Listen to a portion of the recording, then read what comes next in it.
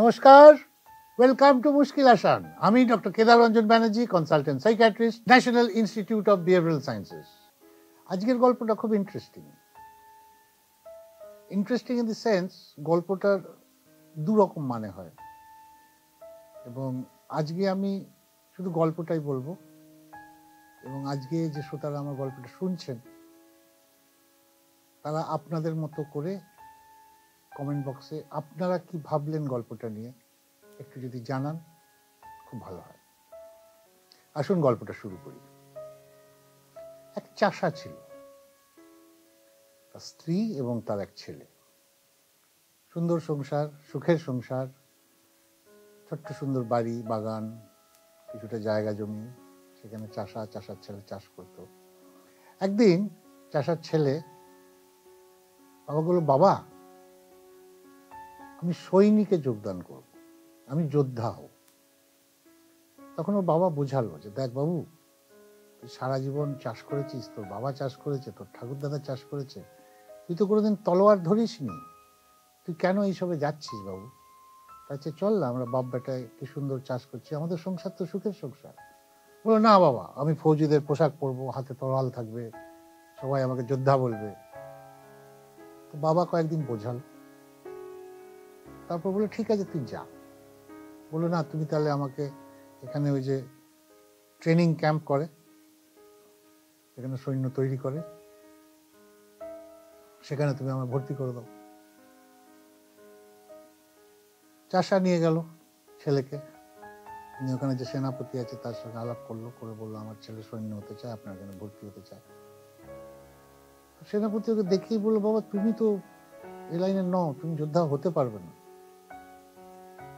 তুমি যা করছো সেটাই করো। বলো না আমি যোদ্ধা হব, আমি সৈনিকের পোশাক পরবো, সবাই আমাকে সৈনিক বলবে।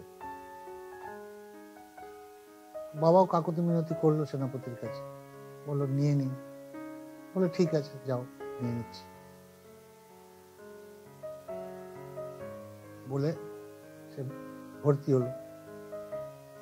বেশি না, 3-4 দিন যাওয়ার পর সে বুঝলো এ কাজ সে কাজ ওর নয়। ওর হাল ধরা ঠিক ছিল, গরু চড়ানো ঠিক ছিল, তরোয়াল কিন্তু ওর জন্য নয়। এইসব দেখে সেনাপতি বলল, শোনো তোমার দ্বারা এসব হবে না ভাই, আমাদের একটা রিজার্ভ সৈন্য থাকে, যে সৈন্যর কোনো কাজ থাকে না, তারা যুদ্ধেও যায় না, কিছুই না, কিন্তু তারা মাসের মাস মাইনা পায়। ছেলে তো খুব খুশি, সে সৈনিকের পোশাক আশাকও পাবে, সৈনিক বলেও গৃহীত হবে, মাইনেও পাবে সৈনিকের, কিন্তু কোনো কাজ নেই।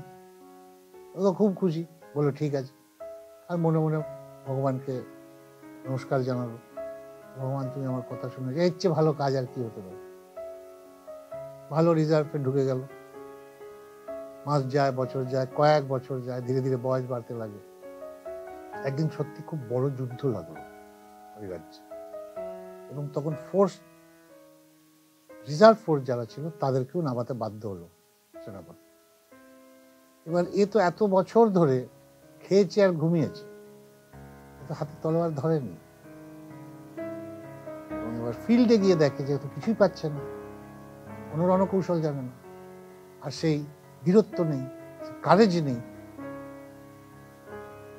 সেনাপতিকে ডাকলো, বললো দেখো তোমার তো মৃত্যু অবধারিতই হবে।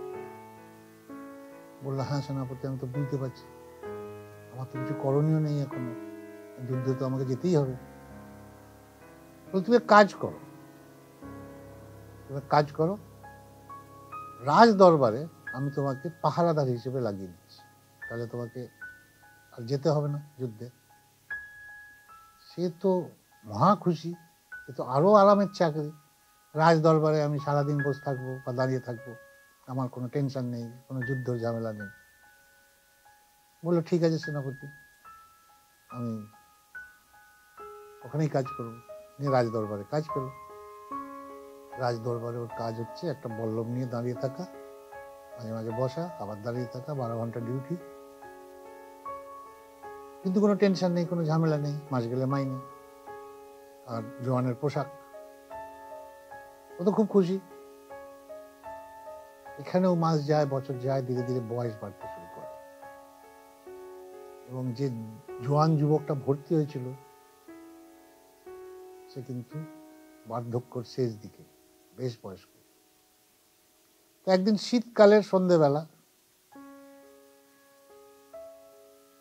সে দাঁড়িয়ে আছে রাজদরবারে, হঠাৎ রাজা ওই রাস্তা দিয়ে ফিরছিল, দেখে একটি লোক ঠান্ডা হু হু করে কাঁপছে, বয়স্ক লোক ঠান্ডায় কাঁপছে। তো ঘোড়া থেকে নেমে মন্ত্রীদের বললো, এসো তো আমার সঙ্গে। জিজ্ঞেস করলো, তুমি এরকম কাঁপছো কেন, তোমার কি জ্বর? বললো, না মহারাজ, যা ঠান্ডা পড়েছে, ওই ঠান্ডা আমি সহ্য করতে পারছি না। বললো, তুমি এতদিন বলনি কেন? বললো, না মহারাজ, এই ঠান্ডা সহ্য করতে পারছি না বলা ভুল, এই ঠান্ডায় তো এত বছর কাটালাম, ওই জন্য মনে করেছি এই ঠান্ডাটাও পার করে দেবো। তখন রাজা বললো, দাঁড়াও দাঁড়াও, আমি মহল থেকে এখনই তোমায় কম্বল পাঠিয়ে দিচ্ছি। সিপাহী তো খুব খুশি, এবার সে কম্বলও পাবে। রাজা ভেতরে চলে গেল, সিপাহী অপেক্ষায় রইল কনকনে ঠান্ডায়, কখন কম্বল আসবে রাজা। রাজা ভেতরে গিয়ে কাজের মধ্যে ফেঁসে গিয়ে কম্বলের কথা ভুলেই গেল। পরের দিন সকালবেলা একজন সৈনিক এসে বলছে যে মহারাজ, বাইরে যে পাহারাদারটা ছিল সে কালকে রাত্রেই মারা গেছে। তখন মহারাজের খেয়াল পড়ছে, আরে আমি তো ওকে কম্বল দেবো বলেছিলাম। মহারাজ দৌড়ে গেছে বাইরে, দেখে সে শুয়ে আছে, মানে মরে গেছে, মৃত অবস্থায় সে শুয়ে আছে এবং মাটিতে আঙুল দিয়ে কিছু লেখা আছে। তাতে লেখা আছে, সে মরার আগে লিখেছিল নিজের আঙুল দিয়ে মাটিতে, মহারাজ, আমি এতদিন ছিলাম, ভালো ছিলাম, ঠান্ডার সঙ্গে জুড়তে পারছিলাম, কিন্তু আপনি যে বললেন যে আপনি কম্বল পাঠাবেন, আমি ওই কম্বলের অপেক্ষায় বসে থাকলাম এবং দেখলাম যে ঠান্ডাটা আমি এত বছর ধরে সহ্য করে এসেছি, আপনার কম্বলের ভরসায় সেই ঠান্ডাটা আমার কাছে বাড়তে লাগলো, মনে হতে লাগলো এই বোধহয় কম্বল আসবে, এই বোধহয় কম্বল আসবে। সেসব দিয়ে এলো না, আমিও ঠান্ডার সঙ্গে যুদ্ধ করতে পারলাম না। নমস্কার। গল্পটা এখানেই শেষ। যারা আজকে আমাদের গল্পটা শুনলেন, আপনাদের মতে মরালটা কি হবে আমাদের কমেন্ট বক্সে লিখে পাঠান। যদি আপনাদের গল্পটা ভালো লাগে, কাইন্ডলি লাইক দেবেন, কাইন্ডলি শেয়ার করবেন। আজকে এটুকুই থাক। নমস্কার।